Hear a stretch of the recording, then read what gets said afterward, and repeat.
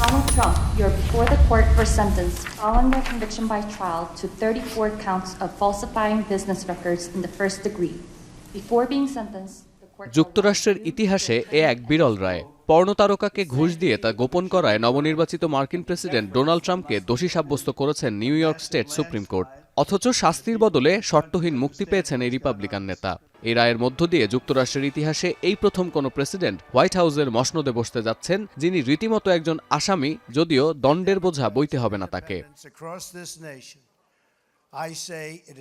এদিন আদালতের অধিবেশনে সশরীরে উপস্থিত হতে না পারলেও ফ্লোরিডার মার-আ-লাগো থেকে অনলাইনে যুক্ত ছিলেন ডোনাল্ড ট্রাম্প। 34টি অপরাধমূলক অভিযোগে দোষী সাব্যস্ত হওয়ার পর আদালতের এই রায়কে উদ্দেশ্যপ্রণোদিত বলে মন্তব্য করেছেন তিনি।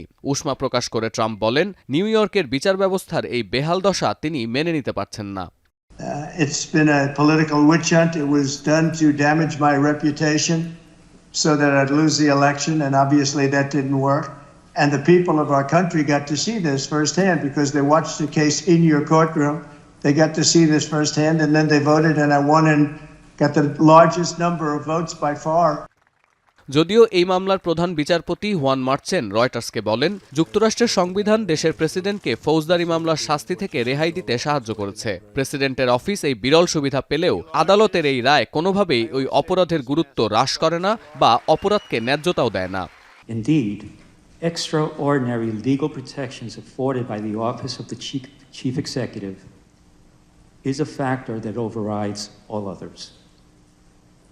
To be clear, the protections afforded the office of the president are not a mitigating factor.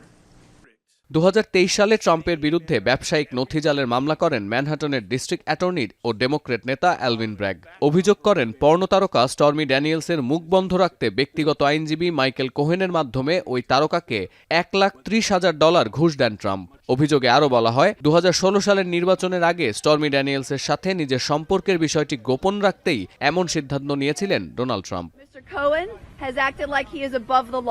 গার্ডিয়ানের প্রতিবেদন বলছে, 20 জানুয়ারি শপথ গ্রহণের আগে এই মামলা আদালতে গড়াক, এমনটা চাননি নবনির্বাচিত প্রেসিডেন্ট। গেল বৃহস্পতিবার এই মর্মে একটি আবেদনও জমা দেন ট্রাম্পের আইনজীবী, যদিও 9 বিচারপতির বেঞ্চের 5 জন ট্রাম্পের আবেদন নাকচ করে দেন। সতীর্থ কর্মকার, এখন বিশ্ব।